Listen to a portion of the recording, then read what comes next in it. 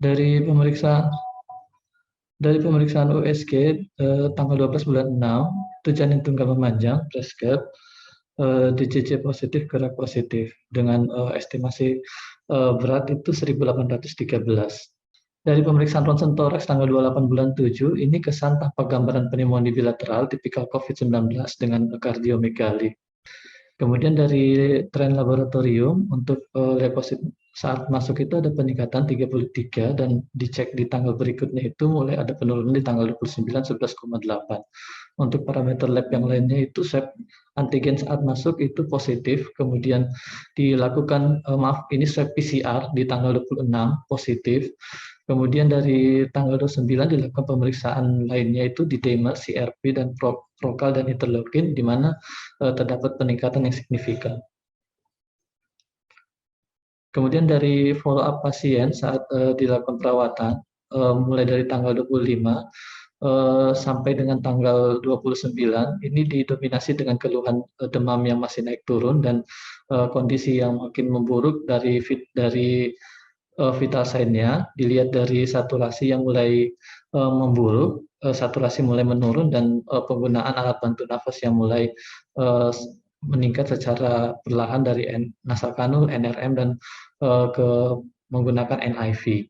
Kemudian untuk dari diagnosanya saat masuk masih didiagnosa dengan observasi febris. Kemudian di hari kedua pasien kemudian direncanakan untuk dilakukan tindakan seksosesaria, namun dikarenakan fasilitas NICU masih full, jadi belum bisa dilakukan tindakan tersebut.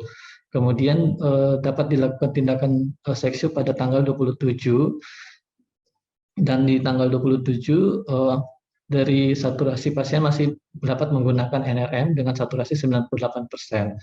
Namun mulai dari tanggal 28 kondisi pasien sudah mulai menurun untuk saturasi, di mana NRM untuk saturasi 99 dicapai dengan menggunakan 15 liter per menit.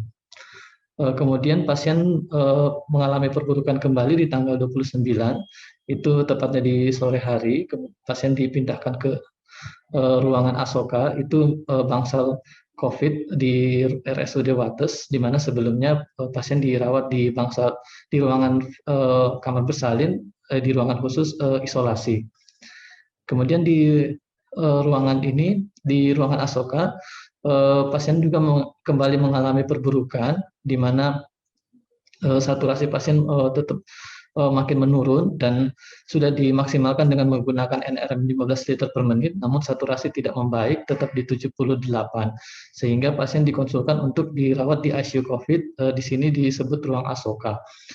Kemudian dari manajemen terapinya, saat awal masuk ini mendapatkan antibiotik ceftriaxone dan PCT. Kemudian di tanggal 26 mendapatkan tambahan terapi berupa dexamethasone 1 ampul per 12 jam. Kemudian dilakukan CTG kembali dan direncanakan SC saat tanggal 26, yang di mana untuk sarana NICU-nya masih full. Kemudian di tanggal 27 saat pasien sudah dilakukan SC, terapi tambahannya berupa vitamin C, vitamin D, dan sudah mendapatkan remdesivir, dan terapi lainnya itu injeksi Resvar. Mohon maaf, di tanggal 27 ini pasien post-op SC-nya sudah direncanakan pindah di ruangan Cempaka Bangsa Isolasi itu di sore hari. Jadi tanggal 28 pasien sudah berada di Cempaka. Kemudian karena tren pasien makin memburuk, sehingga diusul atau diadvis untuk diganti antibiotik ke meropenem. Kemudian di tanggal 29 saat pasien sudah direncanakan sudah pindah di Asoka, pasien mendapatkan tambahan suplemen oksigen dengan 15 liter per menit, kemudian mengalami perburukan di sore hari sehingga dilakukan pemasangan NIV.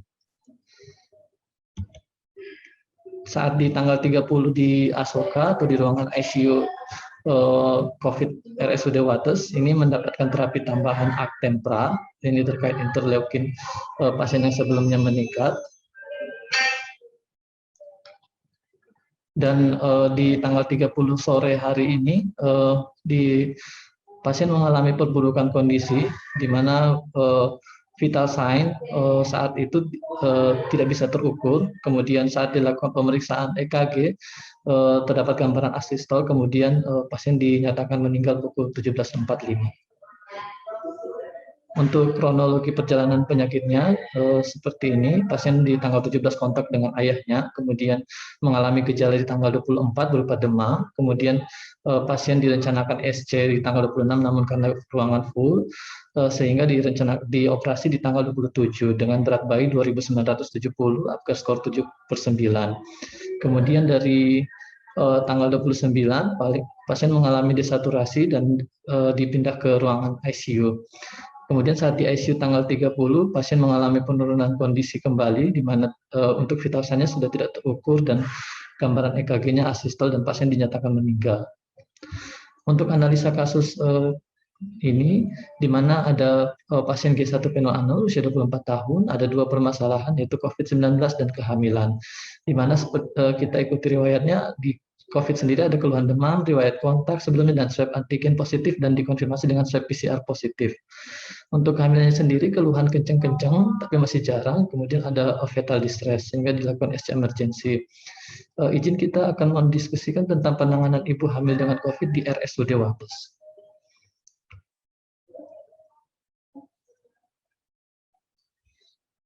Beberapa teori untuk COVID-19 dalam kehamilan. Secara umum, kehamilan meningkatkan perburukan juga dari infeksi COVID. Kemudian untuk faktor resikonya itu sendiri adalah peningkatan dari usia ibu, peningkatan indeks massa tubuh dari ibu, kemudian apakah ada penyakit komorbid sebelumnya, dan gangguan kehamilan yang lebih spesifik, seperti diabetes dan preeklamsi. Kemudian kaitannya SC dan COVID, di mana ada pertanyaan apakah SC dapat meningkatkan atau memperbaiki dari oksigenasi atau respirasi.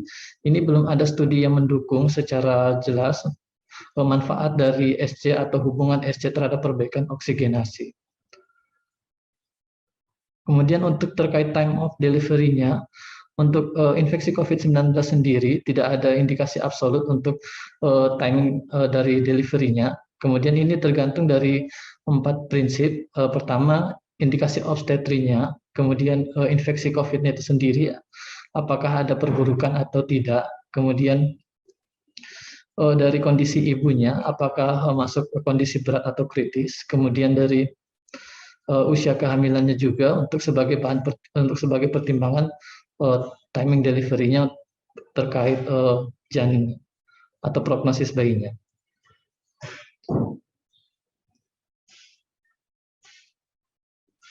Ini merupakan indeks ROX index untuk menilai tingkat keperluan pasien tersebut terhadap alat support nafas, baik itu mekanik ataupun yang non mekanik.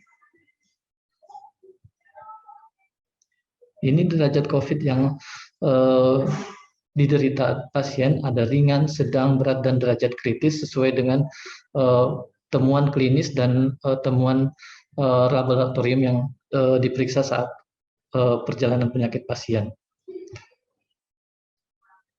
Kemudian bagaimana gambaran penanganan maternal COVID di RSUD Wates? Untuk di RSUD Wates sendiri, penanganan COVID itu berdasarkan rekomendasi dari POGI dan menggunakan panduan praktek dari penyakit dalam dari Perhimpunan Dokter Paru Indonesia. Tentu untuk kasus terhadap penyakit dalamnya nanti ditangani secara multidisiplin, baik itu dokter anestesi, dokter penyakit dalam, dan dokter objin itu sendiri.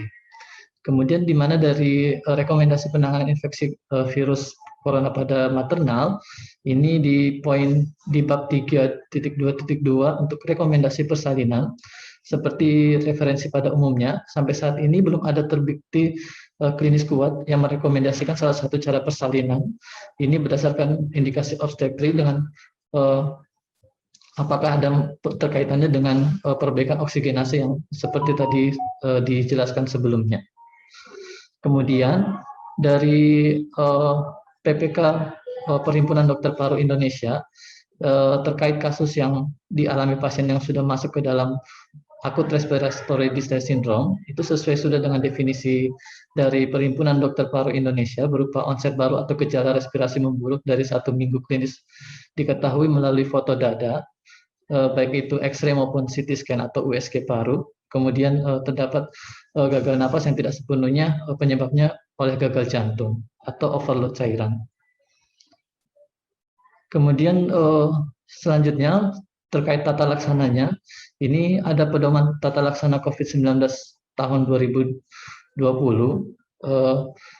Rumah Sakit Wates juga merujuk pada panduan tata laksana ini, di mana untuk monitor kondisi pasien dengan gagal nafas, membutuhkan ventilasi mekanik, shock atau gagal multi organ, itu memerlukan monitoring intensif di ICU. Kemudian terkait penggunaan antibiotik juga sesudah didasarkan pada dugaan sepsis atau adanya infeksi bakteri yang berat, sehingga disarankan juga sebaiknya dilakukan kultur untuk rasionalitas penggunaan antibiotik.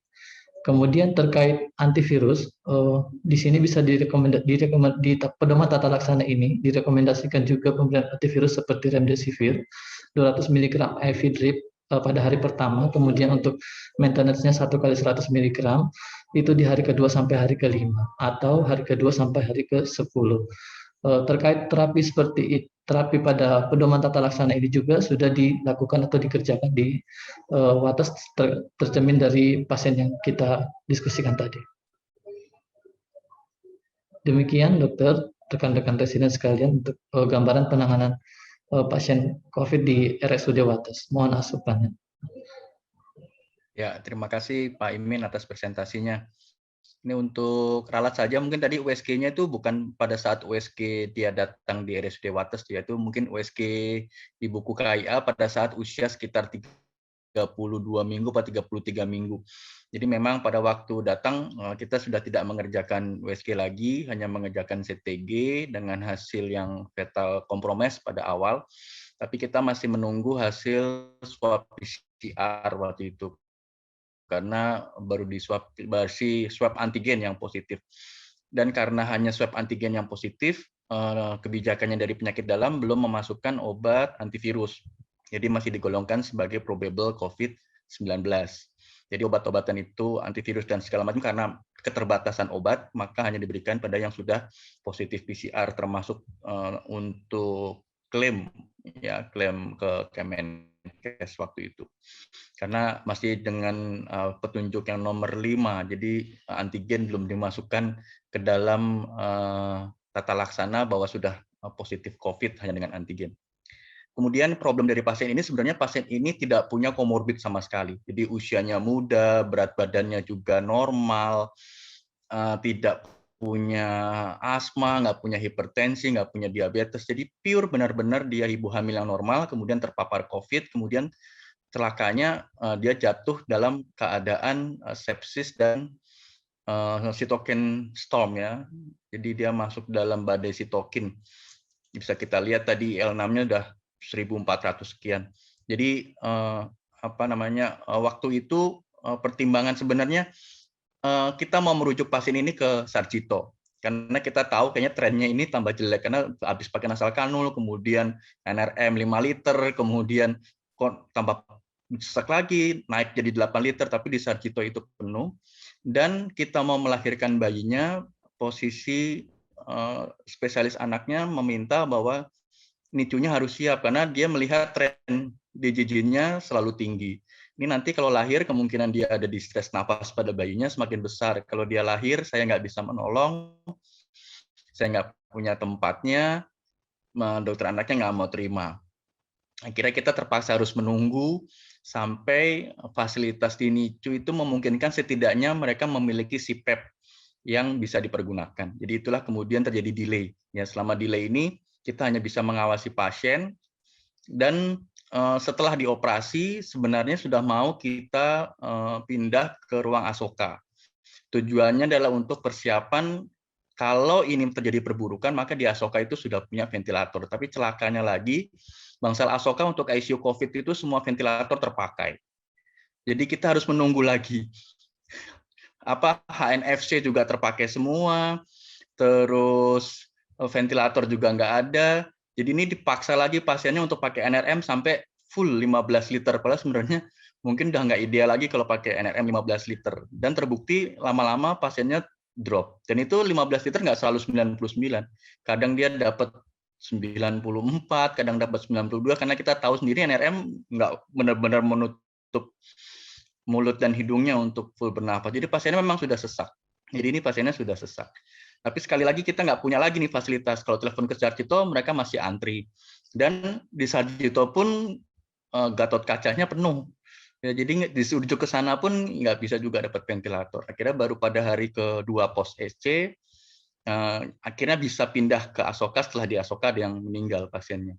Jadi tragisnya kita saat ini adalah kita benar-benar dalam tanda kutip berdoa supaya ada orang lain yang mati, supaya pasien kita bisa tertolong. Ini benar-benar saat-saat yang tidak menyenangkan ya di RSUD Wates waktu itu. Apalagi ini ibu hamil. Ya kita prioritaskan POKA, kita prioritaskan, tapi nggak ada alatnya. Ya, jadi nggak punya alat kita. Akhirnya itu bisa pakai NIV pada 30, dan untungnya oksigen tersedia. Ya, tapi sayangnya begitu dia pindah sore, kemudian di sana mulai pagi, sore langsung drop buruk. Ya, jadi begitu cepat. Jadi 1 hari di ICU kemudian memburuk. Jadi ini perjalanan hanya sampai hari ketiga pos SC ibu. Ini jadi kita punya 3 kematian karena COVID. Yang satu adalah pos SC, yang satu postpartum. Kiriman yang 2 ini adalah kiriman semua. Yang satu ini benar-benar kita rawat dari sejak sebelum melahirkan sampai kemudian meninggal. Yang pos SC itu malah lebih tragis lagi karena sempat terjadi tragedi kehabisan oksigen. Ya, jadi dia sudah di ICU, sudah pakai NIV, kemudian oksigen habis, kita harus pindah tabung dulu, pindah konektor lagi, akhirnya pasiennya bernafas dengan oksigen ruangan mungkin sekitar 2 jam, 3 jam, sampai menunggu kita bisa memindahkan tabung-tabung itu sama konektor-konektor ke alat-alat ventilator, kemudian baru pasiennya bisa bernafas dengan NIV lagi. Itu pun hanya sanggup 2 jam, karena oksigennya habis tabungnya 2 jam. Harus nunggu lagi, malamnya sore baru datang, loading oksigen, malam akhirnya pasiennya subuh-subuh meninggal. Ya. Jadi yang pos EC itu dan postpartum meninggal karena kehabisan oksigen. Jadi kita punya 3 pasien kematian. Untuk sebagai gambaran saja, di RSUD Wates selama periode pandemi ini merawat 112 pasien. Ada 6 yang gejala berat, yang 3 tidak tertolong, yang 3 tertolong. Jadi ya mortality-nya sekitar 50% lah, cukup banyak. Dan total tenaga bidan kita yang terpapar sebanyak 24 dari 61 bidan, dan ada 5 yang sempat dirawat karena bergejala sedang, tapi tidak ada yang sampai jadi berat. Jadi itulah kira-kira gambaran bagaimana waktu kita masa-masa pandemi di RSUD Wates. Kita punya bangsal isolasi sebanyak 8 ruangan, kemudian untuk bayi sebanyak 6 ruangan. Ya, jadi memang tidak ideal, kondisinya lebih banyak ibunya, jadi sempat beberapa kali kita harus merawat bayinya bersamaan dengan ibunya. Jadi dari 112 pasien yang positif PCR-nya, itu bayi yang terinfeksi juga positif sesaat setelah lahir, jadi swab hari pertama dan hari kedua, itu sebanyak 22 bayi. Jadi hampir 25%. Jadi kita sempat merawat ibu dan bayinya bareng-bareng karena kehabisan ruang lagi untuk merawat bayinya. Jadi terpaksa ya dirawat bersamaan dengan ibunya, ya ibunya ya kita nggak bisa menjamin ibunya selalu patuh untuk cuci tangan dan segala macam walaupun sudah diedukasi. Itulah kira-kira gambaran selama pandemi di RSUD Wates. Ya, mohon untuk para senior ya, Dokter Sinta, Dokter Diah untuk bisa memberi masukan supaya kita bisa memberikan pelayanan lebih baik lagi. Terima kasih. Terima kasih Dokter Okta. Monggo Dokter Diah sebagai pembahas untuk menyampaikan rekomendasinya. Ya, apakah enggak akan ada diskusi dulu, Bu? Oh iya, mungkin ya lebih baik begitu ya. Dari ini dari rekan rekan presiden, bila ada pertanyaan, silakan untuk mengajukan kepada Iya, Dr. halo Iwan dokter, dengan Rosinta Muhaimin. Dekan. Ya. Resi, mohon izin bertanya. Ini kan kemarin itu berarti kalau misalnya untuk terkait SOP pemberian antivirus kalau di RSUD, apakah ada perbedaan dengan sekarang gitu, dokter? Yang kemarin ini pada pasien ini kan diberikan itu baru hari ke berapa ya? Ke-5 apa ke-4 tadi ya? Yang tanggal 27 ini. Tadi dengan alasan terkait mungkin karena belum confirm ya, kalau untuk sekarang apakah ada perbedaan terkait SOP pemberian antivirus? Terima kasih. Ya, kalau kita udah menurut panduan yang terakhir, kalau memang bergejala berat dengan antigen yang positif, ya, jadi sedang sampai berat, itu kan sudah masuk dalam indikasi untuk pemberian remdesivir. Ya. Jadi kita sekarang sudah bisa untuk mengikuti panduan dari Kemenkes. Sedangkan yang dulu itu kita harus PCR-nya positif dulu. Jadi PCR-nya positif, gejala sedang sampai berat, kita baru bisa masuk untuk remdesivir. Jadi ini remdesivir masuk ke hari kedua setelah dia tanggal 26 PCR-nya keluar hasilnya positif. Ini untung keluarnya cepat nih. Jadi 1 hari diambil dia keluar. Pasien-pasien kita ada yang sampai 3 hari sampai 4 hari nggak keluar hasil PCR-nya. Itu lebih menyulitkan kita lagi, termasuk untuk menempatkan ruangannya. Jadi kadang-kadang seperti ini dia dirawat di kamar bersalin. Ya, jadi harusnya dia dirawat di bangsal isolasi, tapi karena antigennya positif, di sana nanti ditempatkan, nanti kalau nanti jadi PCR-nya jadi negatif, jadi salah lagi, kemudian akhirnya kita tempatkan di bangsal di VK isolasi. Ya, sambil menunggu tempat di bangsalnya itu juga kosong. Ya, jadi pas saat itu Cempaka juga penuh, 8 bed, jadi dia kita tempatkan di bangsal VK, ya, di kamar bersalin, di ruang isolasi kamar bersalin. Ya, begitu kira-kira Mbak Rosi. Terima kasih, dokter. Ya, monggo yang lain dari rekan-rekan presiden.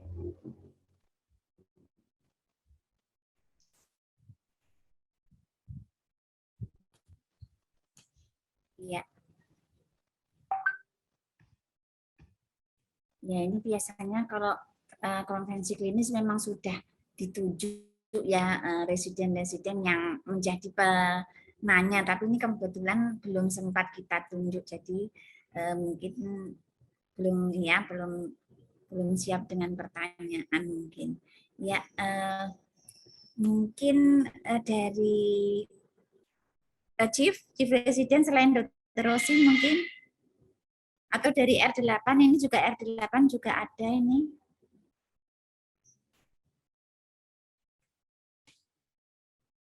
Ya.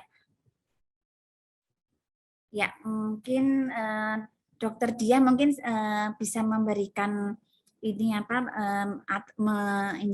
memberikan ulasan mengenai kasus yang ada di RSUD Wates ini dan juga rekomendasi yang bisa bermanfaat untuk kedepannya. Monggo Dokter Dia. Baik, terima kasih Dr. Sinta. Assalamualaikum warahmatullahi wabarakatuh. Ya, ini hanya satu kasus nggih, Misalnya. Iya, satu kasus Dokter Dia. Ya, sebenarnya kalau di AHS ini kita apakah akan tetap hanya bicara klinis atau juga akan ada manajemen ya, karena tentunya dua hal itu saling mendukung dalam hal menurunkan angka kematian ibu ya. Kalau saya mungkin dari sisi klinisnya untuk kasus ini kan ada dua ya yang bisa dibahas. Yang pertama tentang obstetriknya, yang kedua tentang COVID-nya gitu ya, karena ada dua kasus ya. Untuk obstetriknya saya rasa udah biasa ya, cuma kenapa gitu sampai 40 minggu lebih dengan kondisi seperti itu. Kemudian kedua, apakah fetal distress atau fetal compromise ya tadi? Itu karena COVID-nya atau karena induksinya, artinya karena obstetriknya, itu mungkin perlu dipikirkan ya. Kemudian untuk COVID ini sendiri, tadi juga Dr. Muhaimin sudah mencari ya, bahwa belum bukan banyak hubungan tindakan dengan perbaikan atau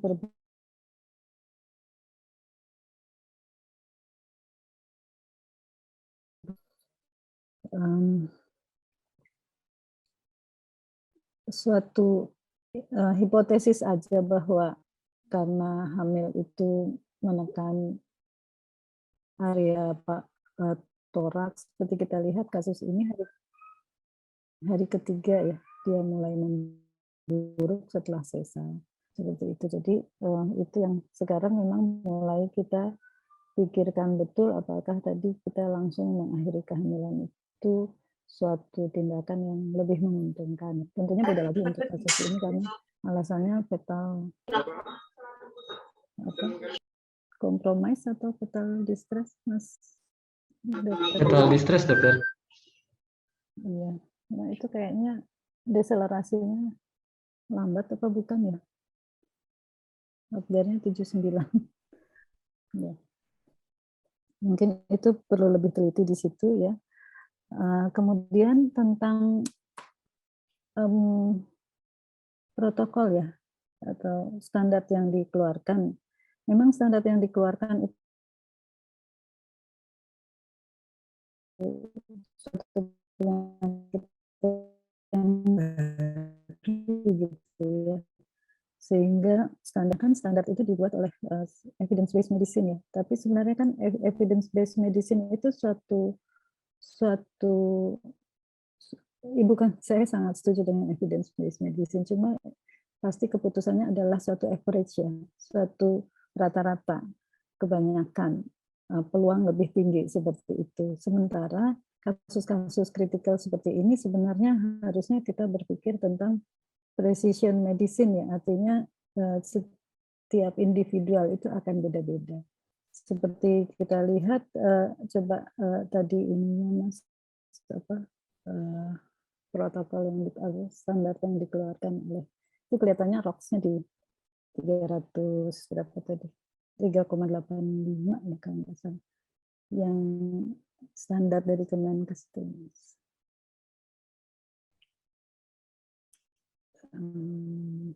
kecil, nah itu dia saya berusaha melihat sekecil itu ya.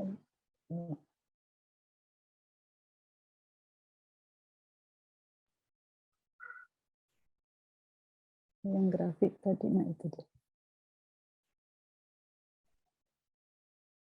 Ya, itu ROX-nya dipakainya di 3,85 ya. Sementara ada penelitian lain di 4,88 seperti itu. Jadi sebenarnya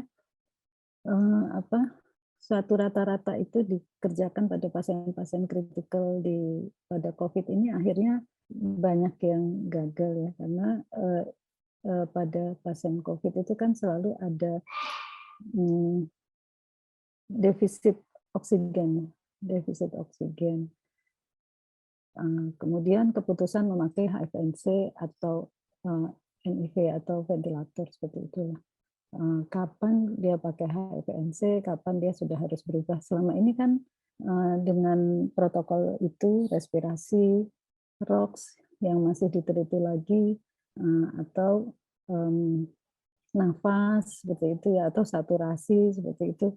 Jadi suatu pegangan-pegangan atau protokol yang tidak individual seperti itu. Kenapa? Karena seperti ini seolah-olah urut ya, habis NRM, oksigen nasal kanul, terus NRM, terus HFNC, terus baru NIV, terus nanti kalau ada ECMO seperti itu ya. Padahal kalau kita urutkan seperti itu, berpikir tentang defisit oksigen sama oksigen depth ya namanya, baru defisit, baru kurang, tapi belum berhutang gitu ya. Oksigen depth itu sudah berhutang gitu ya. Nah, di mana kita harus mulai melakukan tindakan lebih gitu. Jadi sebenarnya kalau udah sampai ke tahap oksigen depth itu ya, bantuan-bantuan itu sudah mulai sulit karena sudah mulai ada kerusakan organ gitu kan. MODS ya seperti itu, kerusakan organ itu kan berarti sel-selnya udah rusak karena depth dari oksigen. Sehingga sebenarnya sangat baik kalau pemberian bantuan oksigen itu adalah waktu defisit ya, belum terjadi debt tadi itu, belum sangat kurang. Nah, keberhasilannya menjadi sangat tinggi, sehingga beberapa mulai berpikir untuk kasus-kasus seperti ini, apalagi ini nggak ada HFNC aja nggak ada ya, jadi istilahnya udah kasihan banget gitu ya. Tapi kalau kita mau betul-betul total menangani pasien seperti ini kan harusnya waktu dia defisit itu bahkan HFNC saja tidak, dia sudah ventilasi ya, ventilasi mekanik, tetapi itu belum seluruhnya dilaksanakan atau disetujui oleh, karena kan kita bekerjanya ini ya teamwork ya, sama gitu pemikirannya ke situ gitu. Tapi memang pada saat sudah terjadi ODS itu bantuan itu seolah-olah sudah tidak memberikan bantuan oksigen, sehingga kalau udah kekurangan di awal terus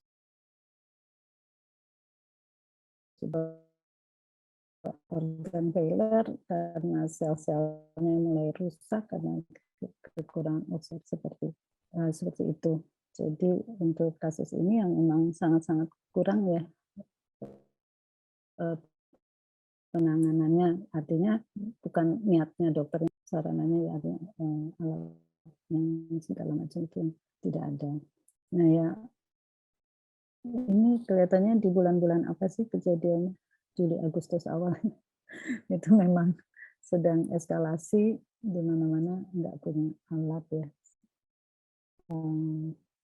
Mudah-mudahan sih seperti ini ya, artinya dalam keadaan turun sekarang ini kita kelihatannya lebih ringan bekerjanya menghadapi pandemi, tapi tetap mempersiapkan kalau saya bilang, karena kalau kita lihat trennya di Amerika itu kan setelah turun sangat rendah 3 bulan kemudian naik lagi tinggi ya. Ini kan turun akhir Agustus, September ini, jadi Desember itu mungkin kita harus berhati-hati kalau ada peningkatan lagi, dan kita jangan sampai di situ tetap pada kondisi seperti Juli Agustus di mana tidak punya ini, tidak siap itu gitu. Saya rasa mungkin kita sudah mempersiapkan sekarang ya. Saya baru kemarin juga menjalankan tugas dari Bu Sinta dengan Wonosari ya, ANP. Di sana dalam keadaan rendah COVID-nya sekarang ini malah menambah 2 lagi puskesmas yang siap menolong persalinan dengan COVID, tentunya derajat ringan dan sedang seperti itu. Tidak bergejala dan ringan ya. Jadi sekarang ini malah bebenah menambah-nambah, bukannya malah alhamdulillah terus tidak mengerjakan apa-apa gitu ya. Di sana malah mereka terus bebenah kekurangan kemarin apa, sekarang ditambah. Entah itu insya Allah tidak terpakai kalau COVID-nya tidak naik lagi, tapi mereka mempersiapkan diri untuk kenaikan COVID yang kemudian ya, kalau terjadi lagi sesuai dengan tren-tren yang terjadi di beberapa negara seperti itu. Saya rasa itu mungkin dari saya. Terus yang lainnya saya buat beberapa catatan. Oh ya, tadi udah dikoreksi Dokter Okta ya, soalnya 1873 berat bayi USG tapi keluarnya 2970, ternyata beda minggu ya. Berarti apakah ada USG di saat terakhir ya, saatnya waktu masuk yang terakhir ya? Gimana kondisi air ketuban? Nggak ada dokter, untuk USG terakhir tidak ada dok. Karena di ruang isolasi itu kita tidak menyediakan USG. USG ada di ruang connect di UGD dok. Tapi katanya ini di kamar bersalin dok? Ya di kamar bersalin, di ruang isolasi kita nggak ada USG. Isolasi di kamar bersalin. Iya. Sebenarnya buat proses melahirkan sebenarnya, tapi itu karena kepaksa jadi ya dipakai untuk merawat pasien. Kemudian kedua, bahwa pasien itu kan sudah mendapat obat banyak sekali ya. Apakah memang pada pasien ini didiagnosis ada infeksi sekunder ya, karena sampai dapat meropenem seperti itu? Ya dari penyakit dalam karena prokalsitoninnya meningkat dok, kemudian langsung di-assess sebagai sepsis. Sehingga dari awalnya Safety karena angka leukositnya 33.000, kemudian sudah dapat Safety Axon, kemudian setelah masuk dalam derajat yang berat, terus pokasiltoninnya 17 atau sekian itu tinggi, terus langsung di-assess sebagai sepsis, kemudian masuk dalam protap sepsis menggunakan meropenem. Ya, itu yang mungkin sehingga jangan sampai kita hanya karena takut ya, tapi betul-betul memang diagnosis gitu ya, karena sampai dapat meropenem. Kalau yang selama ini kan misalnya pakai azitromisin itu kan walaupun masuk ke dalam antibiotik ya, tetapi azitromisin kan dalam terapi COVID dia mempunyai peran ya. Jadi perannya adalah menghambat masuknya virus ke intrasel. Jadi fungsinya di situ. Azitromisin tetap mempunyai fungsi pada pengobatan COVID seperti itu. Jadi bukan sebagai antibiotik karena ada infeksi sekunder. Pada kasus ini tadi itu ya diagnosis untuk infeksi sekunder ya. Sementara kan operasinya steril ya. Pasien juga belum pecah ketuban ya, jadinya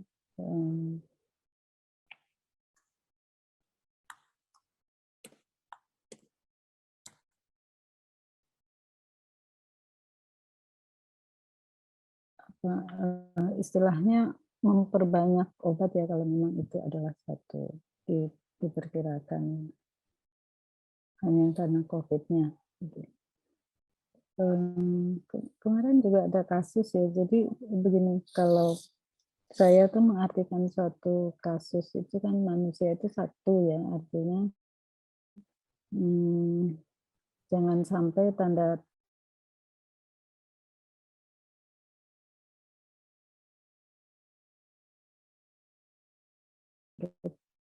masing-masing. Yang terakhir pasien di mana itu ya? Jadi magnesiumnya rendah, dari RSA itu ya. Magnesiumnya rendah, tambahin magnesium, Na-nya rendah, tambahin Na, seperti itu. Jadi pastinya satu sistem dalam tubuh itu saling mempengaruhi, ya. Sehingga kita betul-betul dalam menerjemahkan hasil laboratorium itu harus menjadi satu kesatuan.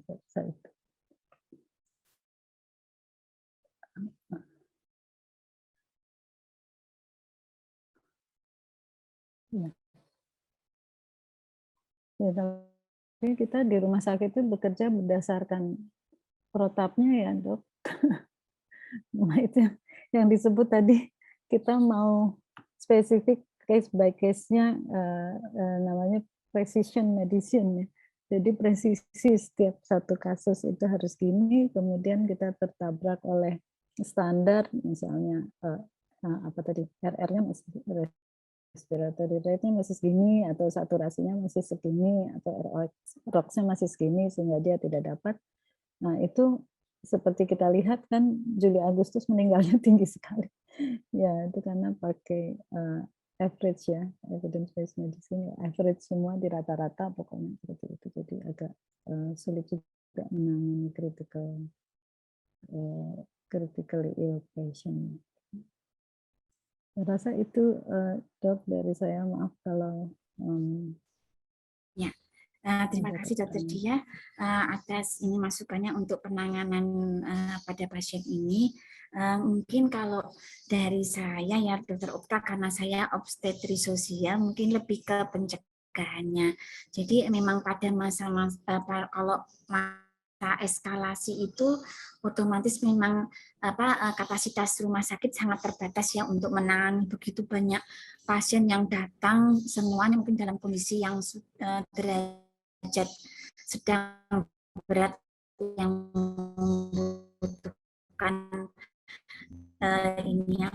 membutuhkan oksigen, dan kapasitas juga terbatas dengan karena kita memang tergantung dari drop-dropan oksigennya pada saat itu, yang semua rumah sakit di seluruh Jawa, mungkin Jawa Tengah ya terutama, karena kita asupan oksigen memang dari Jawa Tengah karena DIY yang saya tahu nggak bisa memproduksi oksigen sendiri, jadi tergantung dengan produsen dari Jawa Tengah. Nah, mungkin memang apakah di Wates juga ini ya edukasi kepada ibu hamil untuk, karena vaksinasi sudah diperbolehkan ya untuk ibu hamil, itu memang sudah ada koordinasi dari dinas kesehatan, sehingga kan nanti misalkan tadi seperti dokter Diah bilang mungkin 3 bulan lagi bisa terjadi eskalasi lagi, nanti kita mungkin pencegahannya sudah lebih baik ya. Mungkin dari dokter Ota bisa menyampaikan. Iya dokter, kalau untuk edukasi di Puskesmas sebenarnya sudah, cuman ya memang karena di Wates itu mungkin satu-satunya kabupaten yang kemarin yang pada saat eskalasi yang lainnya itu merah, kita masih oranye. Penutupan tempat-tempat umum tuh hampir tidak dilakukan kalau untuk di Kulon Progo. Jadi semua tempat umum masih terbuka saat itu karena kita berstatus oranye. Ya, padahal oranyenya kemungkinan besar karena memang tracingnya yang tidak banyak ya, yang tidak banyak gitu. Jadi memang 112 itu hampir semua kan dari Kulon Progo sendiri. Banyak 112 orang itu yang selama ini lahir di Kulon Progo. Walaupun memang tidak secepat tempat lain, ya tidak secepat tempat lain, tapi selama ini sudah banyak sentra-sentra vaksin di sekolah. Bahkan kemarin yang agak unik mengadakan vaksinasi massal di arena pemakaman. Jadi di arena di depan gapura pemakaman itu ada sedikit lapangan, kemudian dilakukan vaksinasi massal di situ. Jadi sudah mulai banyak tempat-tempat untuk melakukan vaksinasi, dan di rumah sakit sendiri juga seluruh yang bumil nakesnya juga sudah divaksin. Jadi kalau untuk vaksinasi sedang berjalan saat ini. Semoga sih setelah nanti vaksinasi berjalan banyak, angkanya tidak begitu tinggi. Eskalasi Juli Agustus sampai sekarang kita masih tetap fasilitasnya tidak ada yang bertambah, termasuk sarana kamar bayi maupun ruang isolasi maupun ketersediaan ventilator dan ruang ICU. Jadi memang masih tetap sama. Jadi tidak ada penambahan fasilitas dibanding kemarin, mungkin untuk persiapan atau apa tuh tidak ada, hanya penambahan ruang isolasi yang tekanan negatif itu memang ditambah sekitar ada 12 sampai 15 ruangan. Untuk ICU-nya tetap 10 ruangan. Ya, itu Dokter Sinta. Ya, terima kasih Dokter Okta. Tapi memang ini ya, berarti edukasi itu biasanya puskesmas ya Dokter Okta yang untuk prokes ibu hamil. Nah, kalau seperti yang dilakukan di Bantul itu kan ada sentra ini ya untuk rumah shelter khusus untuk ibu hamil. Nah, itu apakah di Wates juga mungkin ada ini wacana untuk ke sana? Untuk sampai saat ini memang belum ada Dok untuk shelter khusus ya untuk ibu hamil atau sentral vaksin khusus misalnya untuk ibu hamil seperti di Bantul itu kan mengadakan rumah sakit khusus untuk ibu hamil dan suaminya.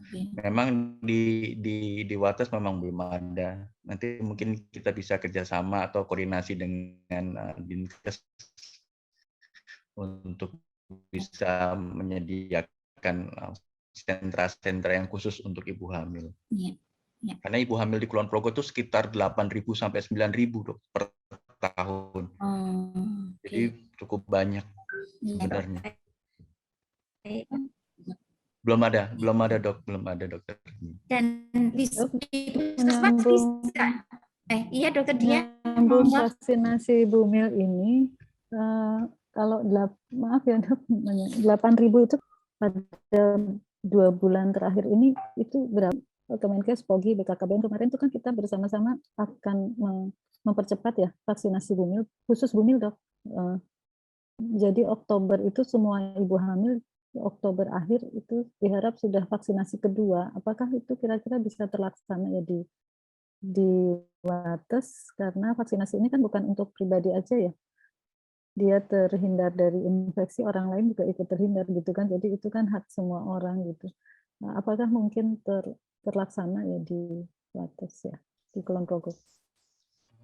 Coba nanti saya ini lagi dengan kepala dinasnya dok, dengan dinas kesehatan, karena Mungkin memang kita harus lebih aktif dok bekerja sama dengan dinas. Saya baru kemarin ini dengan Gunung Kidul, dia bisa dengan pasti menyebutkan jumlahnya target sampai akhir Oktober itu 2.200 kemarin, dan sampai hari ini September tanggal segitu mereka angka pencapaiannya sampai di 30% khusus ibu hamil, sehingga untuk mencapai 100% apa yang akan dikerjakan selanjutnya sehingga di akhir Oktober itu ibu hamilnya sudah tervaksin kedua semua. Harapannya seperti itu dok. Ya, kalau misalnya diperlukan bantuan dari kami gitu, dari kita ya POGI yang kemarin kerja sama AHS itu siap loh dok untuk ke sana, untuk khusus untuk ibu hamilnya dok, karena rentan sekali seperti kemarin waktu eskalasi kan Sarjito di atas 50% isinya ibu hamil ya dok, yang COVID itu ya. Titip aja dok. Ya, baik dokter, nanti kami koordinasikan dokter dengan dinas di Kulon Progo dok. Ya, terima kasih. Jadi ini ya dengan pertemuan ini ternyata kemudian ada peluangnya dokter Oktaya untuk kemudian bekerja sama dengan POGI dalam vaksinasi ibu hamil ini. Nanti bekerja sama dengan Dinas Kesehatan Kulon Progo.